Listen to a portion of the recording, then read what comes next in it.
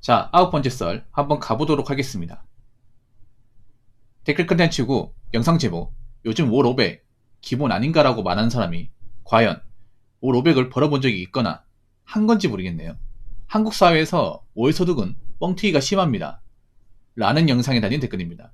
사실 월 500 버는 사람들 많이 없습니다. 많이 없어요. 객관적으로 많이 없습니다. 남자도 많이 없고 여자는 거의 없어요. 예. 상식적으로 접근하면 돼요. 월 500 벌 수 있는 직장이 얼마나 될까? 여기서 말하는 거는 어쩌다 500 짓는 게 아니라 매달 아무리 못해도 세금 떼고 500 이상 버는 사람 얘기하는 겁니다. 그러니까 내가 1년 12달 월급 받는데 한 번도 5 밑으로 내려간 적이 없는 사람들, 세금 떼고 그런 사람들 얘기하는 거예요. 그럼 세후 이제 월 500이면 세전 이제 월급은 한 630만 원 됩니다. 630만 원. 그러면 내가 세금 떼기 전에 월급을 620만 원 정도 받아야 돼. 그것도 1년 12달 꾸준하게 한 달도 빠짐없이. 근데 그렇게 받으려면 우리가 어떤 일을 해야 될까? 어떤 일을? 근데 대한민국 사람들 직업의 부포도를 보면 한 85%는 중소기업이에요. 중소기업. 물론 중소기업도 직원 수에 따라 매출에 따라 회사 규모에 따라 월급이나 복지 차이가 좀 천차만별이긴 합니다. 근데 평균적으로 우리가 알고 있는 중소기업이라고 봤을 경우 일단 중소기업 평사원 중에 세금 떼고 500 이상 받는 분은 사실상 없습니다. 거의 없습니다. 저도 중소기업 출신이기 때문에 그 중소기업 이제 평사원도 월급이 얼마 되는지 대충 알고 있습니다. 제 아는 지인들한테 물어보면 알 수 있습니다. 저도 중소기업을 경험했었거든요. 직원 수가 많은 것도 경험했었어. 보통 중소기업 같은 경우에 사원이 한 200에서 220 지금 기준으로, 그리고 대리가 250, 과장이 280에서 300 사이, 차장이 340에서 50, 부장이 한 400 정도, 이 정도 생각하시면 돼요. 이것도 회사 규모에 따라 차이가 있는데 부장이 보통 한 근속 한지 15년 정도 되는 분들, 15년, 20년, 중소기업 기준이에요. 세전 400, 세전 400, 세후가 아니라. 세금 떼면 한 350 되겠죠. 350, 한 5만원 정도. 그러니까 이제 부장 달아도 세후 500까지는 좀 많이 부족해요. 그래서 중소기업에서 이제 세후 500 이상 꾸준하게 받으려면 이사까지 가야 됩니다. 이사. 중소기업을 다녀보시면 아시겠지만 이사 위로 자리가 얼마 없습니다. 중소기업은. 저희 회사, 제가 다녔던 회사가 200명 정도 되는데 작은 회사가 아니에요. 그 회사도 이사 가신 분들이 한 대표까지 포함해서 한 7명 정도? 예, 제가 기억하기에. 사장 대표이사 1명, 그리고 이제 부사장 1명, 상무 2명, 이사 3명, 4명. 한 10명밖에 없었네요. 예. 별로 많지 않다는 거죠. 그러니까 중소기업에서는 한 이사 정도 달아야 볼 수 있는 돈이야. 근데 대다수의 중소기업 근로자들은 이사까지 가는 사람이 없지 않습니까? 못 받는 돈이에요. 거의.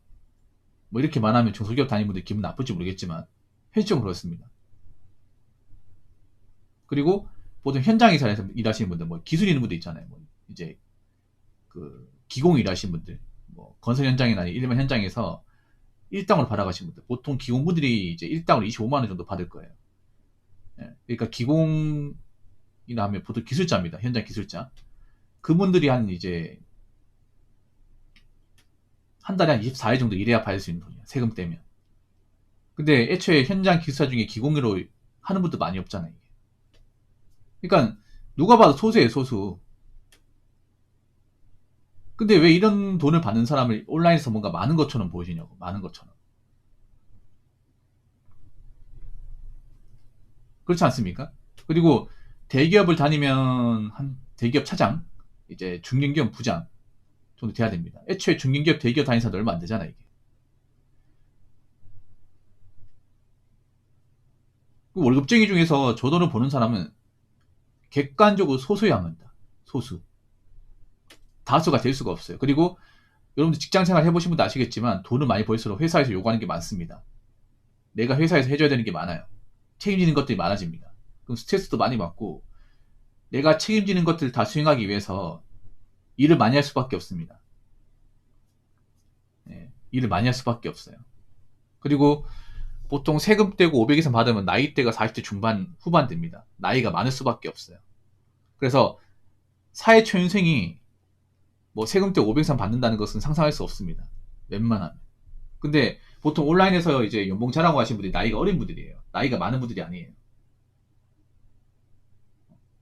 아직 뭐 대학교 졸업한 지 얼마 안 됐어. 근데 그런 사람이 올 500, 600을 쉽게 얘기한다는 게 말이 됩니까, 여러분?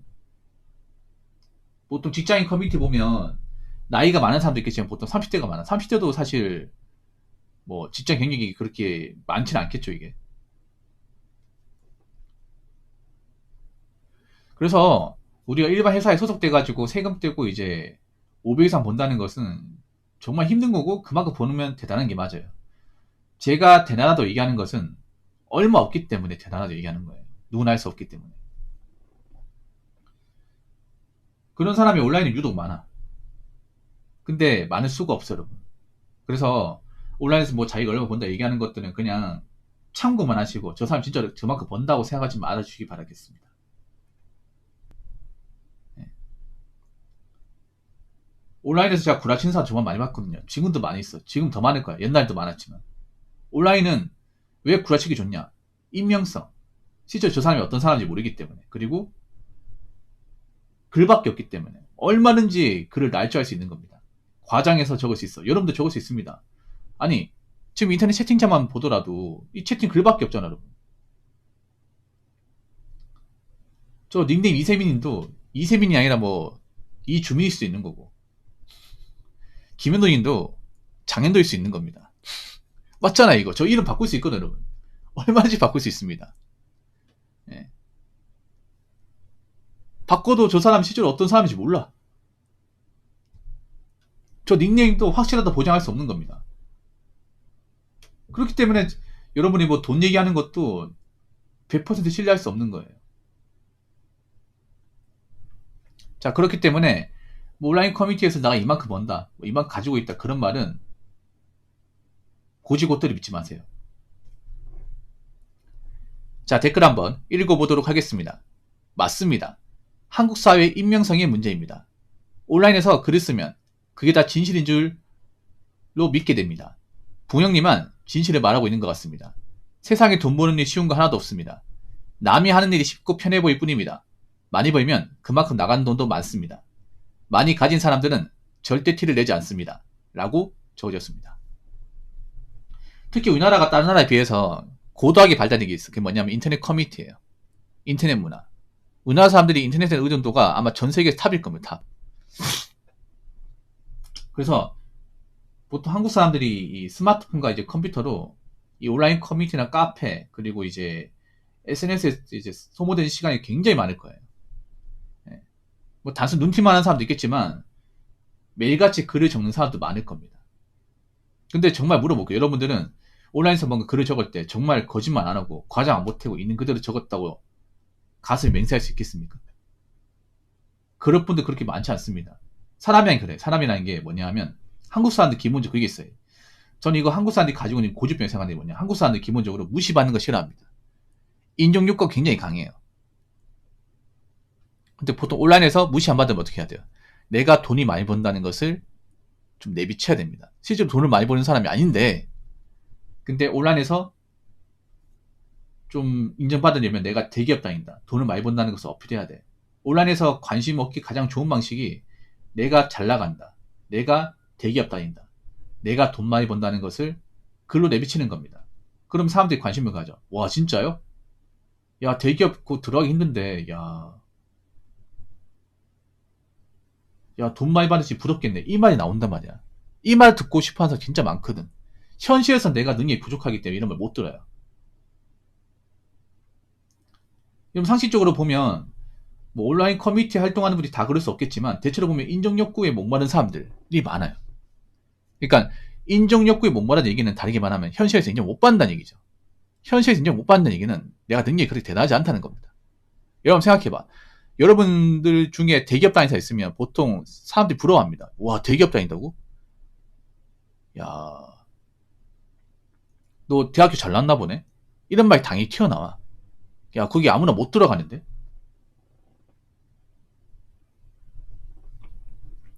그런 말이 당연히 나온다니까. 야, 요즘에 그 회사 뭐 어떠냐, 거기 뭐 요즘 성과 잘 나오냐, 이렇게 물어본다니. 관심을 당연히 가진다니까요.